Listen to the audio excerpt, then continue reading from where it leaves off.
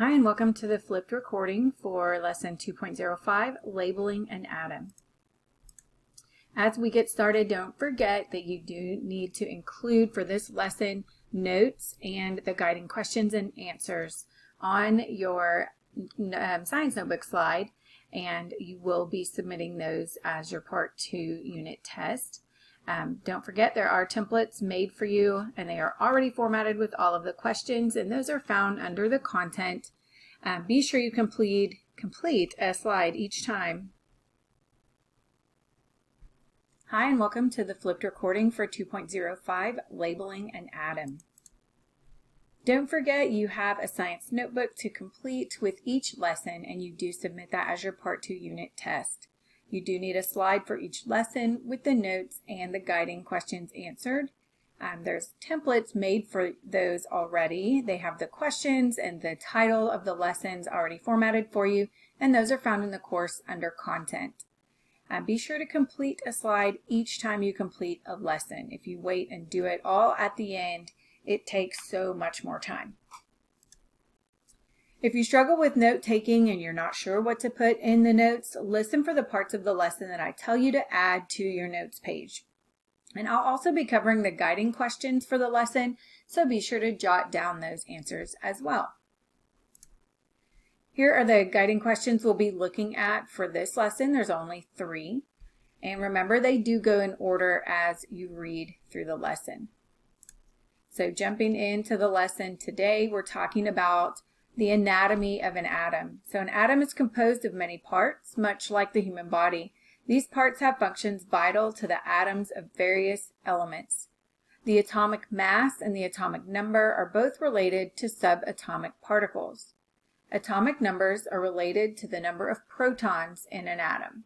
So that may be something to note if that is something that you're having a hard time remembering. The atomic mass is related to the sum of protons and neutrons of an atom. So again, those 2 sentences might be something you want to put in your notes.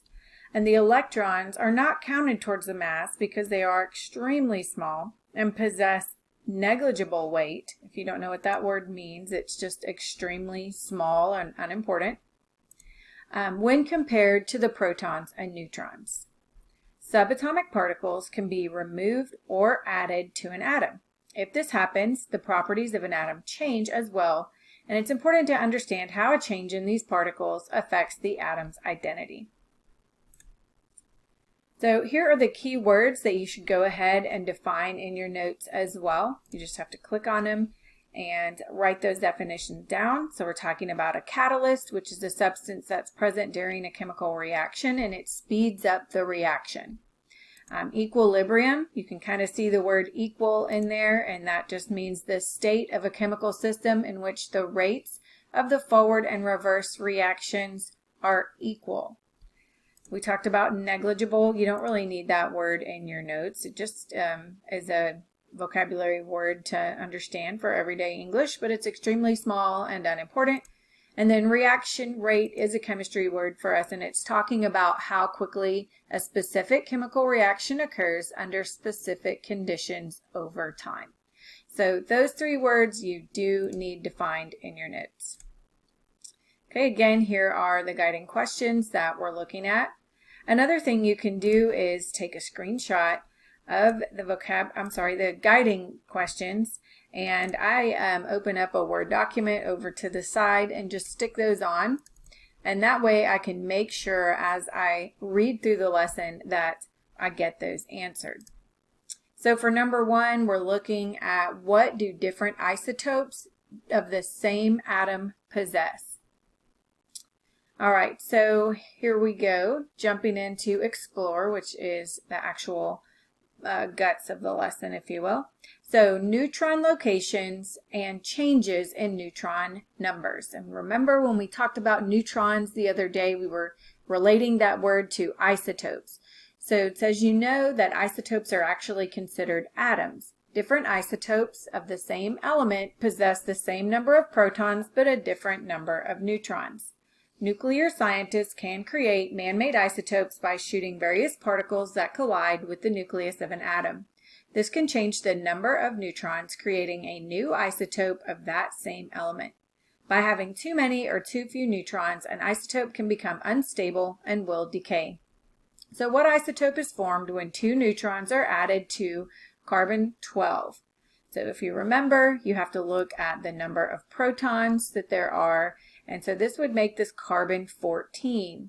So adding 2 neutrons to carbon-12 makes the isotope carbon-14, and the number after the name of the isotope is the specific isotopic atomic mass. So remember that number just equals the protons plus the neutrons.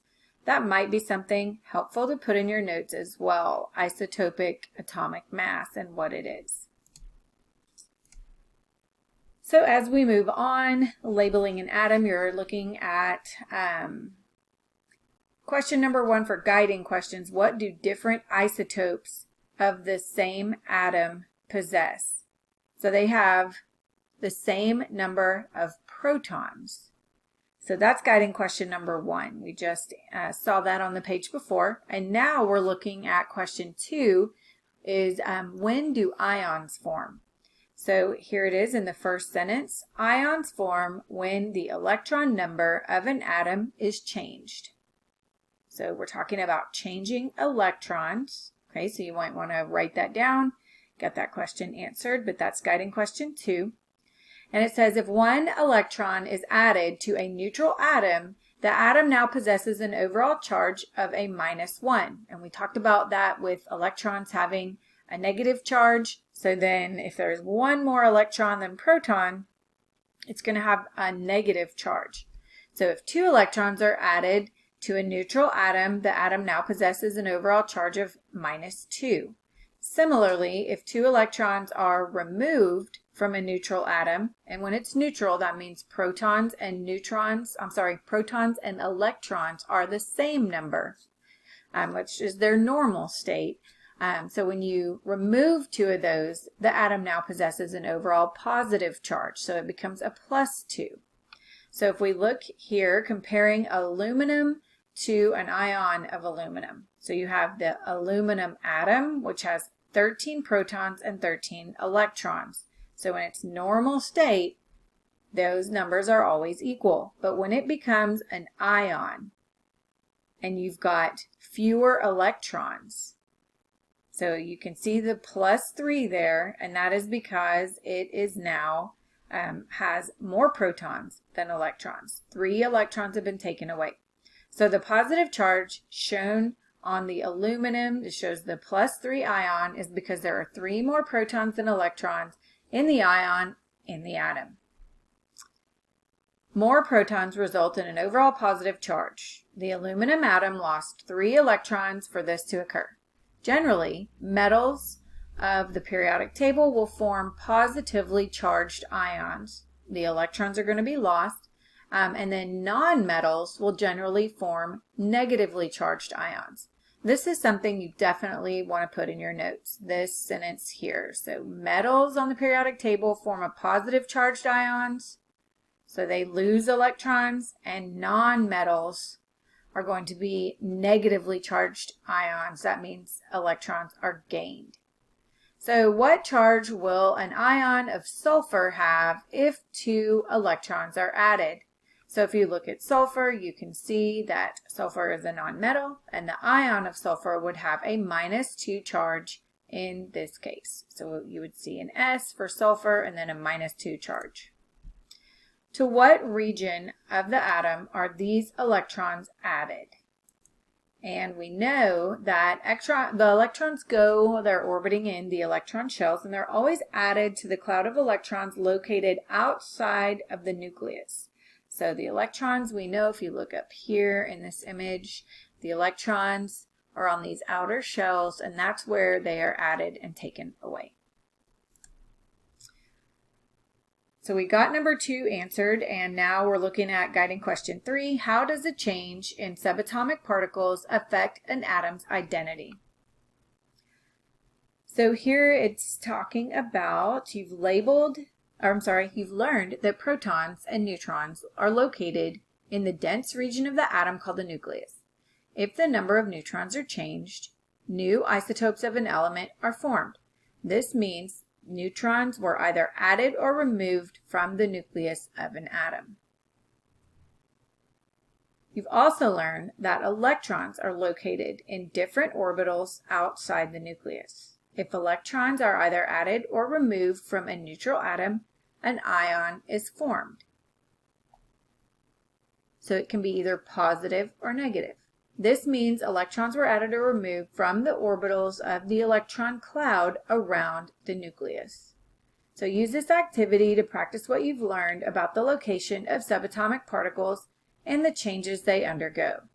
So these are great practice questions. They usually show up in some form on the quiz, and I always encourage students, if you know it easily, great. If you miss one, maybe screenshot that and put it in your notes, or type it, write it down, because that's a concept you may want to review again or have in your notes.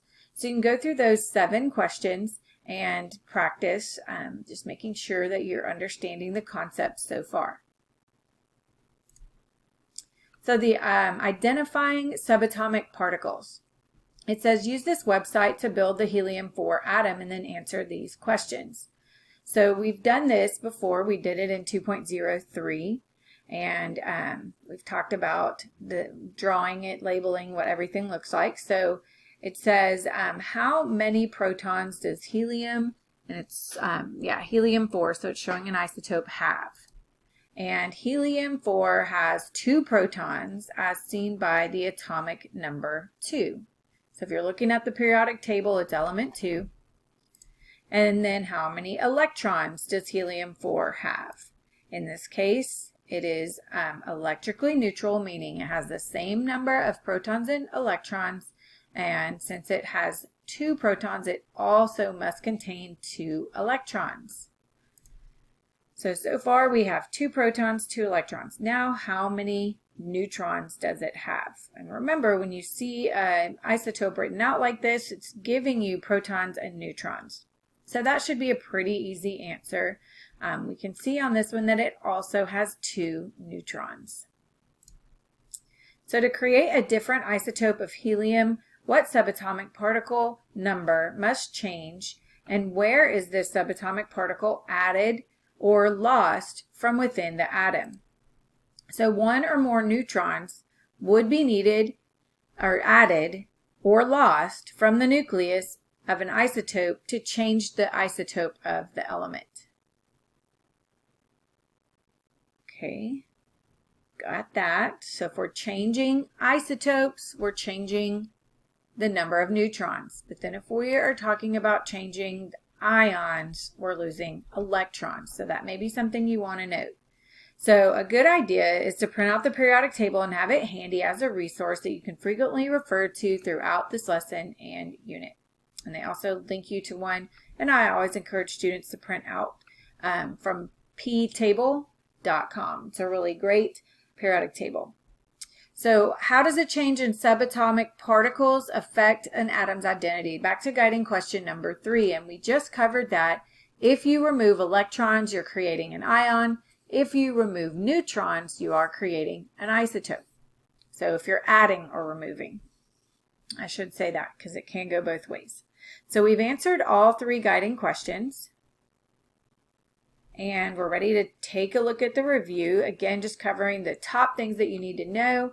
Changes in the number of various subatomic particles can transform an isotope into another isotope of the same element and even form ions from atoms. So we just talked about that. You learned the location from which these particles are added or removed in the atom. We know that electrons are in the electron shell or the orbitals, and the neutrons are in the nucleus. So now try answering the following questions to check your knowledge. So here's some practice questions you can go over. Given an atom possessing 17 protons, 18 neutrons, and 17 electrons, what is the atomic number and atomic mass of this answer? Hopefully you are able to remember that the atomic number is the number in the top left-hand corner looking at the periodic table, and in this case it is 17. The atomic mass is the number of neutrons subtracted by the number of protons. So let's take a look at the answer. So actually you add those, it's showing, add those together. Sorry, I said subtracted. So the atomic number again is 17 and the mass is the sum of the protons and neutrons. So in this case 17 plus 18 is 35. And then what element of the periodic table does this describe? So if you look at a periodic table and you count across and then back down to the next row, you count over 17, you know that we're talking about the element chlorine. What would result if an electron were added to an atom of this element? So if you add an electron, remember that has a negative charge, so it would have more negatives than positive. You would have created an overall negative charge that would be considered a negatively charged ion. And to what region would the electron be added? And again, that is added to the orbital around the nucleus. So hopefully you got everything you needed out of the lesson today. And if we jump back over to our slides, we answered all 3 guiding questions. And remember to look for the flip follow-up session, our live session that we come together as a group each week. Please come see me in Help Lab if you have questions or you need extra support, and have a great day.